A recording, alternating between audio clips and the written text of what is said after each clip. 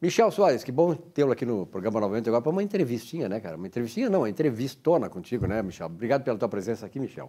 Muito obrigado, Silvio. Muito obrigado aos amigos e amigas telespectadores do programa Economia e Desenvolvimento. Exato, Gurício. Olha aqui, Michel, é o seguinte, o teu assunto é importantíssimo porque ele diz respeito à questão do INSS e tal, essas questões todas. E uma das coisas que está hoje preocupando as pessoas vinculadas ao INSS, que estão precisando, sobretudo, do auxílio-doença, é essa questão financeira. Como é que está essa questão que está trazendo muita controvérsia, muita polêmica? Exatamente, Silvio. Nós estamos num ano atípico, né? Um ano de pandemia do coronavírus 19. O que acontece? A questão dos benefícios previdenciários, eles tiveram alteração. Tiveram um avanço na questão da digitalização e o acesso à informação e o acesso aos benefícios junto ao INSS, agora pelo meio digital.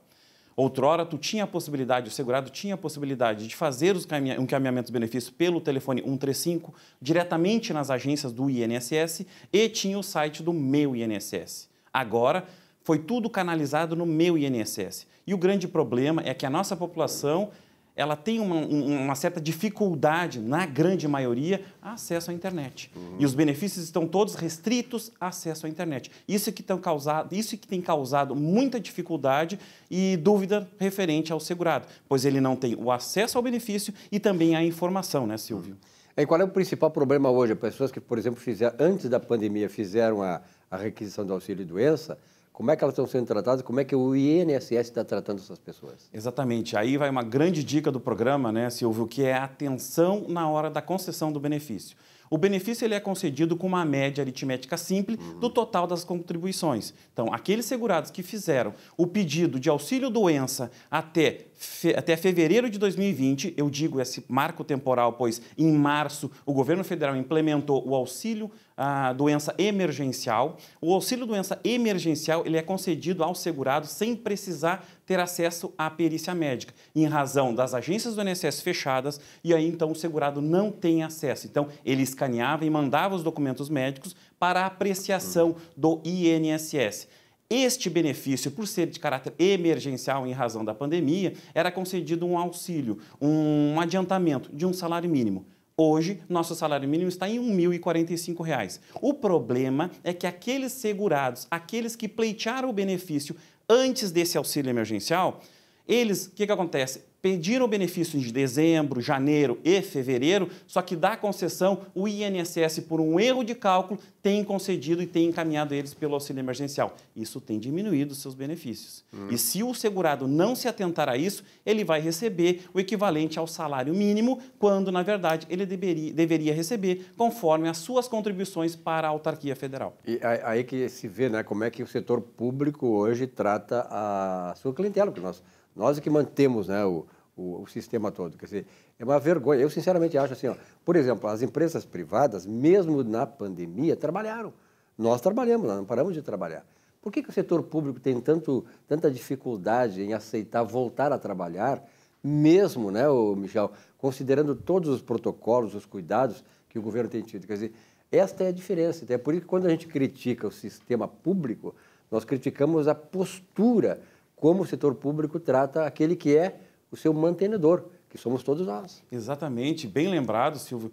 Teve uma celeuma com a reação da retomada dos benefícios, onde os servidores do INSS e os peritos do INSS se negavam a fazer o retorno das atividades em razão da suposta falta de segurança, falta dos mecanismos e dos equipamentos para a proteção individual do coronavírus. Isso causou e vem causando uma série de problemas aos segurados, pois ainda tem uma enorme fila. Agora, como as filas não estão nas agências do INSS, Silvio, pois as agências estão fechadas, mas uma fila virtual, aguardando a resolução e aguardando o chamamento para as perícias. Isso tem dificultado muito ao nosso segurado e aquilo como você falou. Por que o setor público não tem essa otimização, não tem essa preocupação em prestar o serviço? Pois os privados, né, Silvio, tiveram que continuar trabalhando, aliás, mesmo em pandemia. O privado que mantém o setor público. É bom que diga isso aí. O governo não cria riqueza, nem gera riqueza, e nem renda. Quem mantém o setor público somos nós, da iniciativa privada. Então, eu fico pensando, o ministro Paulo Guedes tem razão. Ah, vocês não querem trabalhar? Tudo bem, então vamos fazer o seguinte, vamos reduzir os salários. Não querem trabalhar, vamos reduzir os salários. Então, eu acho que o pessoal do INSS, principalmente os peritos, né, que tem uma função fundamental no estabelecimento daquilo que o INSS, que a nação deve, aqueles que trabalharam ao longo da vida, na questão da aposentadoria, na questão das perícias médicas, esses camaradas têm que reduzir o salário, porque é assim que é o jogo. Ninguém cria riqueza. O país inteiro, o setor público, federal, estadual e os municipais, todos eles estão praticamente falidos. E não pode se manter uma casta de funcionários querendo fazer o que bem entende, mantendo os seus privilégios, mantendo seus altos salários, mantendo as suas vantagens. E quando a gente critica o setor público, não criticamos o funcionário, mas o sistema como um todo, e entre os quais os funcionários. Se o funcionário alega que não é o problema, ele é parte da solução, não é mesmo? Exatamente, né? Pois a administração pública é um grande elefante branco. Se a administração pública não for bem gerida, bem administrada, ela é inerte. Ela é cara para a população, ela é custosa, ela é burocrática e tem que ter maior agilidade, pois nós estamos falando de benefícios previdenciários, trazendo para o nosso tema. Benefícios previdenciários, eles equivalem a salário. Salário tem natureza alimentar. Então, é muito importante essa agilidade e essa preocupação em poder destravar, ao menos, esses benefícios previdenciários. E é importante, né, Michel, como tu falas aí, que o aposentado, através do familiar, dos filhos, netos, essas coisas todas, tem uma situação de amparo aos aposentados, aquelas pessoas que estão doentes, que precisam do socorro do INSS, no encaminhamento das questões através de gente especializada como tu, né? Exatamente, Mauro, Silvio, e essa é a preocupação, né? E como a legislação previdenciária ela vem alterando e ela teve graves alterações, então é importante a preocupação do segurado em procurar um especialista, um agente especializado nessa área para poder bem ter a informação sobre como adquirir o seu benefício. Pois como tem essas alterações legislativas, sempre restam lacunas.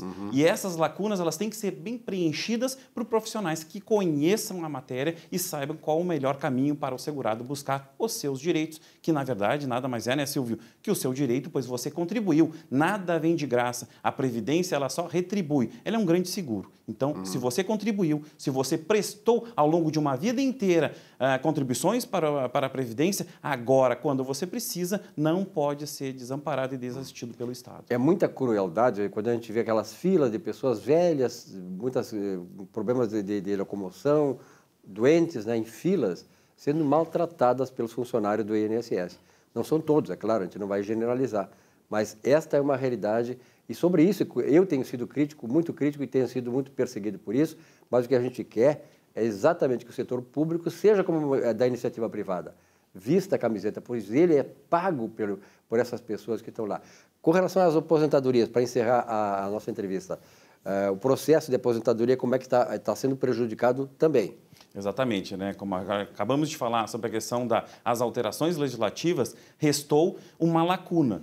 A lacuna, ela tem que ser bem preenchida. Então, antes de você encaminhar o benefício previdenciário, Silvio, eu sugiro que você procure um profissional, um especialista nesta área, para quê? Para fazer uma análise previdenciária, para ver se o teu tempo de aposentadoria já restou comprovado, qual o melhor momento para se aposentar. Não digo só no tempo, na carência da aposentadoria, mas também em questão de valores, pois influencia muito você conseguir um benefício pela regra antiga ou pela regra atual, no que se tange a questão do salário de benefício e também para a aquisição.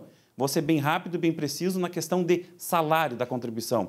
A antiga regra, Silvio, ela previa a média aritmética da somatória das 80 maiores contribuições. Então, se descartavam 20% das menores contribuições para dar o salário de benefício ao segurado.